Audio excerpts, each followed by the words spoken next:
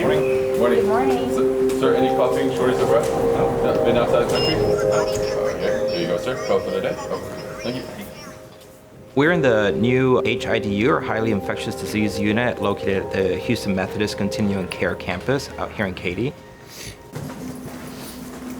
We opened this unit about a week ago. Today's day 9, to help take care of our COVID-19 positive patients in the system. First thing I do is change into my scrubs and then check in on the teams, see how things went last night. And once day shift has gotten here, we like to do just a huddle, since we're still a fairly new unit, operationally making sure that we have everything that we need. So good morning. How's night shift? How's the night? Good. All right. So just a couple of updates. I want to just go over kind of where we're at with numbers in the system. So as of now, there's a total of 173 COVID positive patients. This is an old labor and delivery unit. When I got the call about 2 weeks ago about opening the unit, the plan was to open 20 beds within the vision of expanding that to another 23 beds, so a total of 43 beds.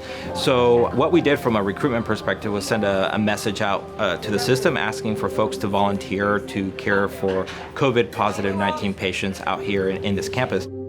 We kind of wanted folks that were not too early in their nursing career but had some experience, could demonstrate that bit of a flexibility, being that we were going live in such a short amount of time, and then having a good skill mix so that we had a mix of like folks that had experience with high acuity patients and folks that had less experience with that, but being able to mix them in. Everyone's a Houston Methodist employee. They've been working somewhere across our system.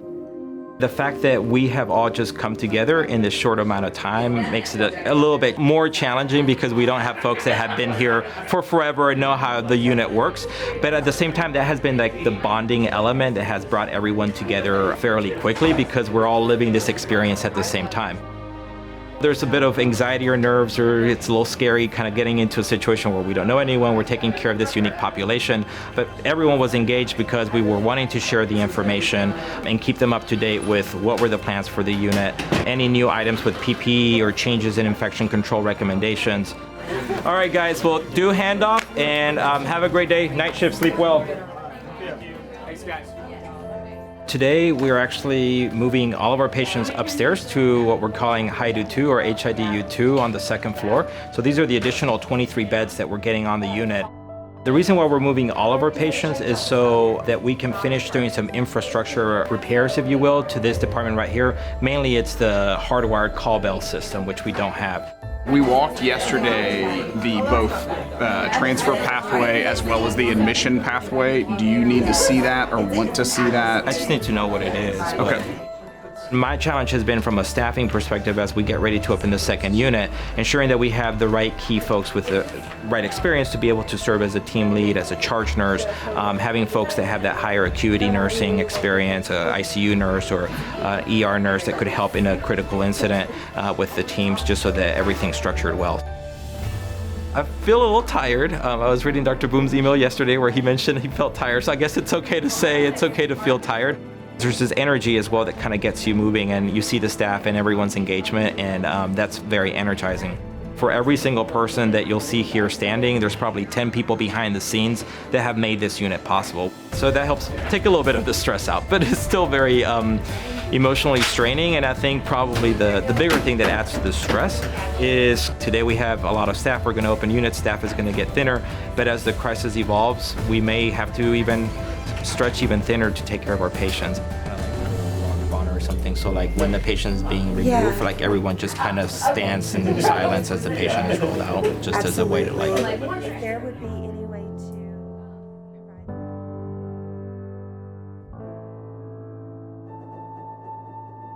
to. I took over care for Richard on Sunday for the first time, so this is my third day with him, and we had a really good day Sunday, so I was like super optimistic that we were making a turn in the right direction. And he's super hard of hearing, and so all gowned up with our masks on and our hoods, it's really hard to communicate with him. And I was like, hey Richard, I hear you have a girlfriend. And he was smiling, and I said, I hear her name is Georgia. And he just snapped his head at me. He's like, why, yes it is. And he's so super cute. And then I come back on Tuesday and he spiked temperatures and he had to be back on a BiPAP instead of the non-rebreather. And it was really disheartening. So during rounds, the team talked, and palliative care or hospice care was decided because we've really reached our max efforts with him. There's not much more that we could do supportive-wise. So they called the family. I talked to Sean after the doctors called her because I talked to her on Sunday, and just in like 2 phone calls, me and Sean bonded. Sean asked me to be here for her dad and to stand in for her family and to make sure he wasn't alone.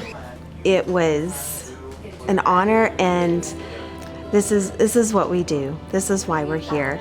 And I made sure Sean knew, and I've told her since Sunday, before this was where we were ending up today, that the staff here call him Grandpa. Everybody's like, who has Grandpa today? Who's taking care of him today? And they don't just take care of him, they care about him. And that's true of all the patients and all the nurses here. We care for these people like they're our families. I don't think that there is a bigger responsibility than to stand at that bedside and make sure that patient knows, one, that his family loves him, that they haven't forgotten him, and that we're here in their place. We all see that as a privilege in nursing, to be with someone at their bedside while they're going through that transition. It's almost like a midwife to the soul, and perhaps it's ironic that we're in a labor and delivery unit and we're kind of, helping that transition in someone's life. Hey Pablo, what's up? Hey, just checking in on you. You doing okay?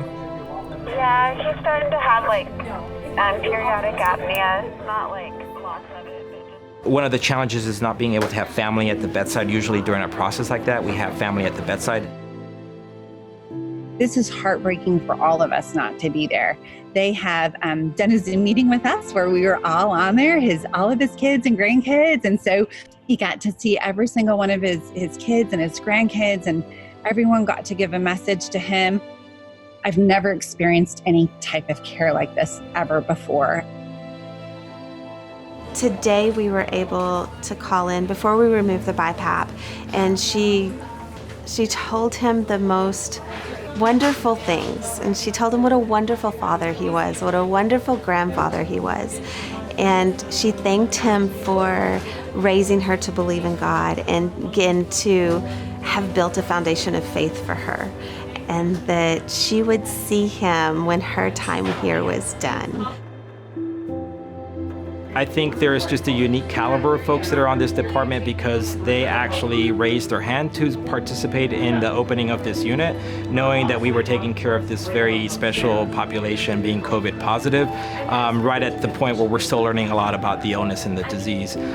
So, their spirit of wanting to do the right thing for these patients, and then just being that, good and true Houston Methodist nurse, those I care values are just oozing everywhere, and I think you've probably seen that in the teamwork today. I'm going in to give Mr. Steubinger some more comfort meds. I'm going to sit in there with him and just be with him. Everybody else has kind of gone upstairs, so I'm going to go in and just sit with him. I've updated his daughter, and I've updated our hospice nurse. So we're just kind of waiting for him to be ready. And obviously all this stuff that goes. Tabatha has really just stood out to me because she wanted to know more about my dad, and to hear her say, you tell me what you want me to tell him and I'm going to do that. She wanted all of the names of his kids and his grandkids, and she talks to him and whispers into the ear those names to give him that comfort. All the things that we would do if we were there, she's doing for us. But Tabatha's having to be my dad's family today.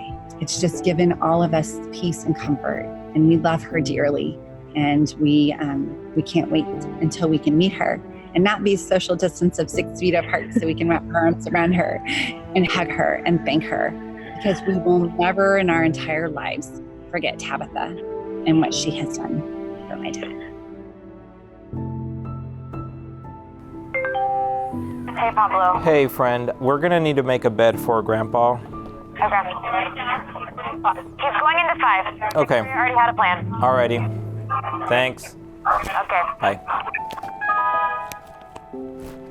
So let's just, yeah. And then we can just move him into bed. We don't need to